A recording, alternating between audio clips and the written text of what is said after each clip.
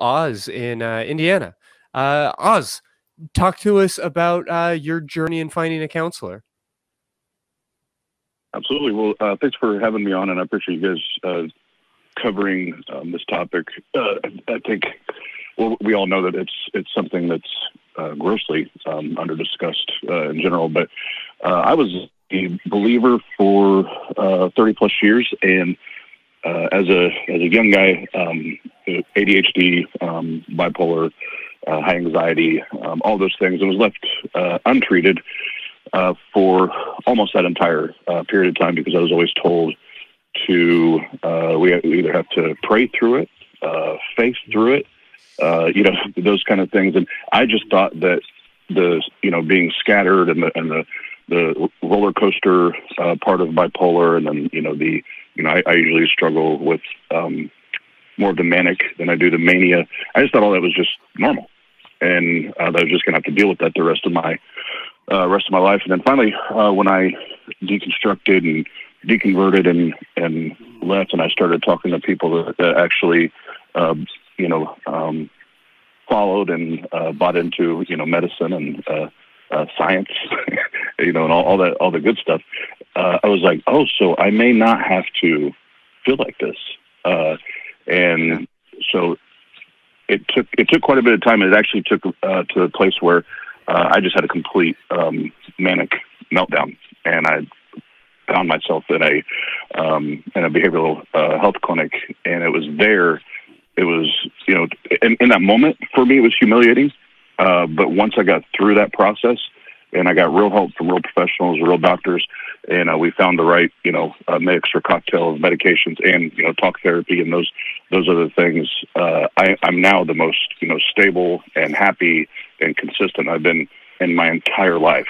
But to drive down to the topic of what you guys are talking about, and I love what you were just telling the last caller, is, yes, if you are in crisis, hit the pause button and do what you have to do. Like, take care of yourself, but don't ignore the longer process, and where you have to have patience is finding the right therapist, and don't just jump in because you feel like you need to jump in. And it took me years. It took me years to find the secular therapist that I have today, and has been unbelievable for myself and my family. But it was years. It was a multiple year process to find that person. How did you go about finding them? I'm curious. Good question. So I'd schedule appointments, and first question, as soon as I sat down, first question was, are you a Christian? And if so, are we going to have to, if we're going to talk about prayer and scripture and faith, I'll leave right now. I'm not going to waste your time. I'm not going to waste mine. Fair. And then the one that sticks out, my wife was in, she was on almost all of them with me, but we went in there, and I had asked, on the phone when I called about, religion and Christianity. They're like, oh, no, we don't do any of that. So I got in the office, and they stuck to their guns there. Now, they didn't bring, religion or God or anything into it, but literally in the first session, and, I'm almost a 40-year-old man, and, I don't play with toys, I don't do anything like that. She literally gets out toy dinosaurs, and wants me to start like reenacting stuff with these toy dinosaurs. I left and never went back. I'm not going to pretend that I've never played with toy dinosaurs, but maybe not in the first appointment with somebody who's like not at all picking it up, Got a Wolverine right here. Right.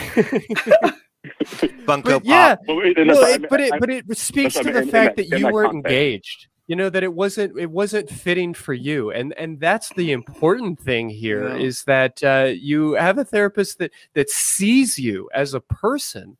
I often recommend books to my clients, but I had a therapist that in the third session, in expressing to her that I am a full-time student working a full-time job in an abusive relationship, who is just exhausted all the time. I'm so tired, and I'm always feeling like I'm letting people down. She stands up while I'm speaking, walks over to her bookshelf, and picks up a book that is, just like 500 pages, and tells me to read the next 3 chapters before I come in next week.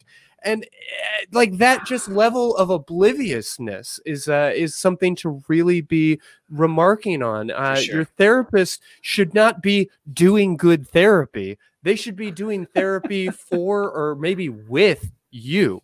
So it's really about that connection. It's about being able to listen to what you're looking for and responding to your specific needs, because I don't have 2 sessions in a day that look similar. I don't have 2 sessions in a month that look all that similar. Yeah. Yeah. Your job is to listen as a therapist. Yeah. Period. Mm-hmm. Mm-hmm. And I did appreciate the therapist that I do have now, and I don't see, unless I move away or she moves away, I don't see that, you know, that relationship ending. But that's what you just said there was within a half hour of talking with her, I knew I was like, it was just, this is it. Like I finally found that, because every single one I met with, including her, I told them up front, like, I don't know any of your other clients. I don't know how they interact with you, but I'm going to tell you right now, I will tell you everything you need to know. I just want to be better. I'm not going to hide anything from you. I have nothing to do that. So we don't need to play games. We don't need to go through all this. I just want help. Awesome. I want best practices. And you know, and the fact that I said all that and blunt, and we're still, again, in that scenario and in that context, that we still went to the dinosaurs, blew my mind. Yeah.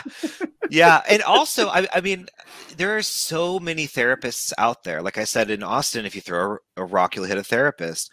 The working definition that I use for depression is learned helplessness. Yeah. Mm-hmm.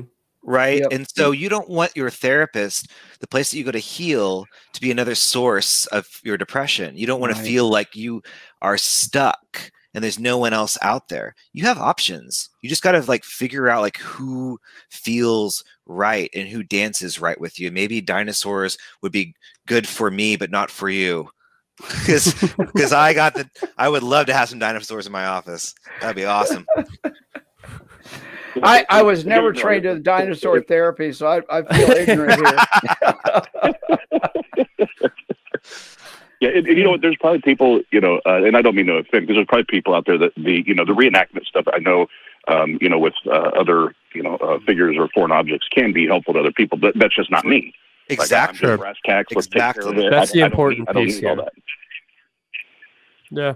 So I know we've said it a half dozen times, but I'll just continue to reiterate. The most important piece of finding a good therapist is actually just finding a therapist that's decent enough and that is good for you. And that is hearing and listening to you, and that is saying things that are meaningful and impactful to you personally. So much of this is going to come down to that relationship and how comfortable you feel. So, Oz, I really appreciate you giving us a call and walking us through your experience here. Thank you, Oz. Thank you. No problem. Thanks for having me. Take care.